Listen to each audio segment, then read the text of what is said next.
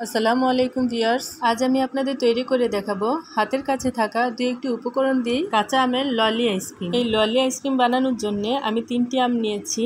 আমগুলোর যে অংশে বোটা থাকে ততটুকু আমরা কেটে ফেলে দিব আর খুব ভালো করে ধুয়ে নিব। আমের এই বোটার অংশে অনেক কষ থাকে, তাই খুব ভালো করে ধুয়ে নিতে হবে।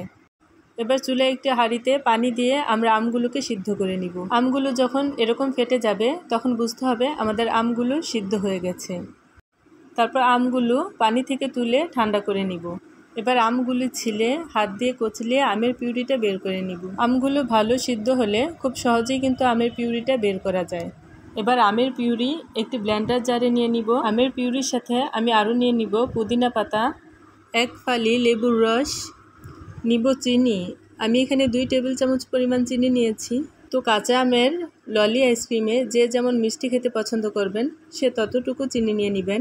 আর নিব 1/2 চা চামচ বিট লবণ। তারপর 1 কাপের মতো পানি দিয়ে আমি সবগুলো উপকরণ খুব স্মুথভাবে ব্লেন্ড করে নিব। ব্লেন্ড করা হয়ে গেলে আমি একটি বাটিতে ঢেলে নিব।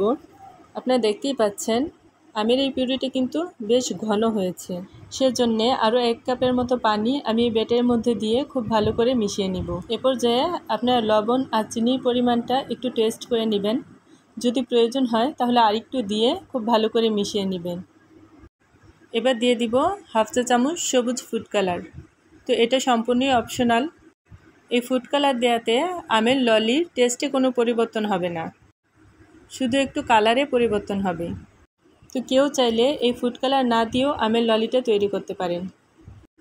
আমের এই পিউরিটাকে এবার একটি আইসক্রিমের মোল্ডে আমি ঢেলে নিচ্ছি।